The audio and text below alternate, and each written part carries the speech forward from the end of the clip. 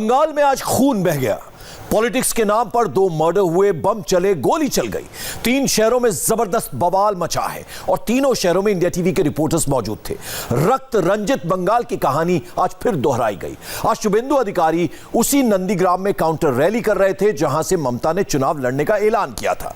Rally में शामिल होने जा रहे शुभेंदु समर्थकों पर हमला किया गया। इस हमले की रोंगटे खड़ी कर देने वाली तस्वीरें देखकर आपको बंगाल की सियासी हिंसा का अंदाजा लगेगा।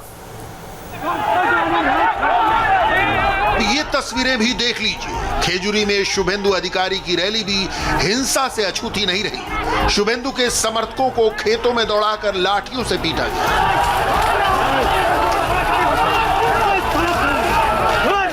शुभेंदु समर्थक और अब बीजेपी में शामिल हो चुके कार्यकर्ता खेजूरी की रैली में शामिल होने जा रहे थे। बीच रास्ते में उन पर हमला हो गया। भगवा कपड़े पहने शुभेंदु के समर्थकों को पहचानने में आपको दिक्कत नहीं होगी।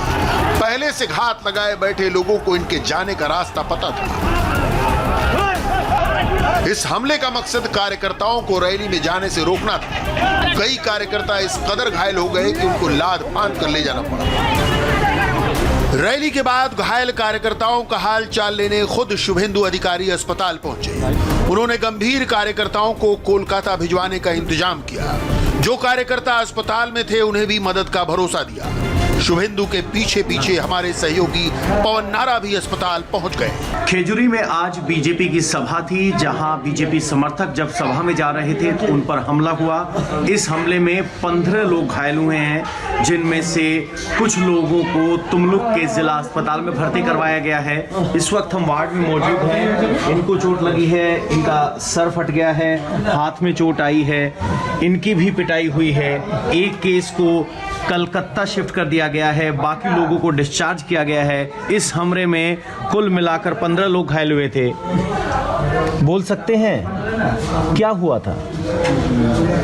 आज हमारा खेजूरी थाना में उधर दिलीप घोष जी और बाबुल सिपुरे जी सभा था।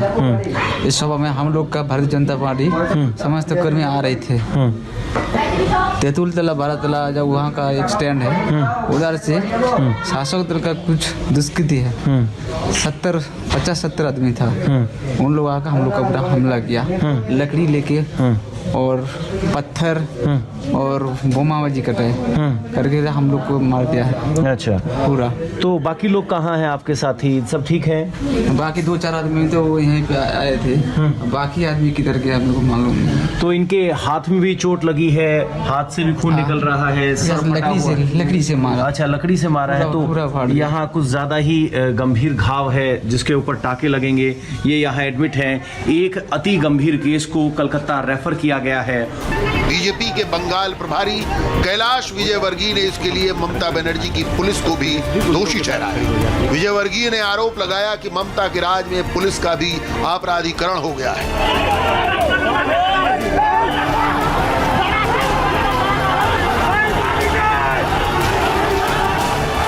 कि ममता जी की सरकार और हिंसा की राजनीति एक दूसरे के पर्यायवाची हो गए। जिस तरीके से हिंसा की राजनीति बंगाल में हो रही है, निश्चित रूप से कोई भी सभ्य व्यक्ति इसको पसंद नहीं करेगा और इससे बंगाल की बदनामी हो रही है। बंगाल का इतिहास कभी भी ऐसा नहीं रहा जैसा काला इतिहास ममता जी लिख रही है। मैं समझता हूँ जनता इसका समय पर जवाब देगी। ऐसा कोई दिन नहीं जाता जब भारतीय जनता पार्टी के कार्यकर्ताओं के ऊपर टीएमसी के गुंडे हमला नहीं करें। हमला अगर हो जाए तो पुलिस को कम से कम संरक्षण देना चाहिए, और पुलिस भी गुंडों के साथ खड़ी हो जाती है। ये सबसे दुर्भाग्यपूर्ण पहलू इस राज्य का, और इसलिए नौकरशाही का राजनीतिकरण तो हमने देखा है, पर अपराधीकरण यदि किसी प्रदेश के अंदर नौकरशाही का है तो पश्चिम बंगाल में। ये सब खुलेआम हो रहा था, और तब हो रहा था जब मुख्यमंत्री ममता बनर्जी खुद बगल के जिले पुरुलिया में रैली कर रही थी। पुरुलिया वर्सेस नंदीग्राम, ममता वर्सेस शुभेंदु, बनर्जी वर्सेस अधिकारी, अधिकारी वर्सेस स्वत्वाधिकारी। नंदीग्राम में शुभेंदु अधिकारी ने आज जवाबी रैली की।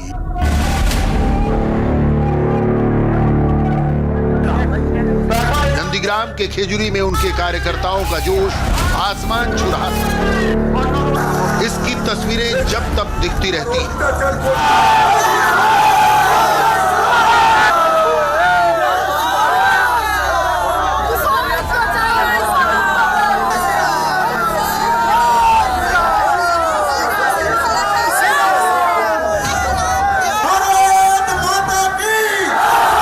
शुभेंदु ने पहले ही ऐलान कर रखा था कि नंदीग्राम में ममता की रैली के अगले दिन वो अपनी रैली करेंगे। ममता बनर्जी से शानदार रैली करेंगे। शुभेंदु ने यही किया।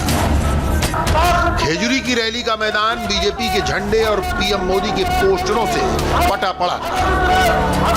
ममता बनर्जी ने नंदीग्राम से चुनाव लड़ने का ऐलान किया है। इस पर मंच से शुभेंदु ने कहा कि ममता को अभी से पूर्व मुख्यमंत्री का लेटर हेड छपवा कर रख लेना चाहिए। नंदीग्रामे दाঁড়াতে হবে আর এখন থেকে প্রাক্তন এমএলএ প্রাক্তন মুখ্যমন্ত্রীর লেটার হেড পেজ ছাপিয়ে রাখতে হবে। লড়তে আমি জানি, সঙ্গে আছেন তো? আছেন তো? জিতবো আমরা, জিতবো আমরা। মমতা ব্যানার্জি হারবে, হারবে, হারবে, হারবে।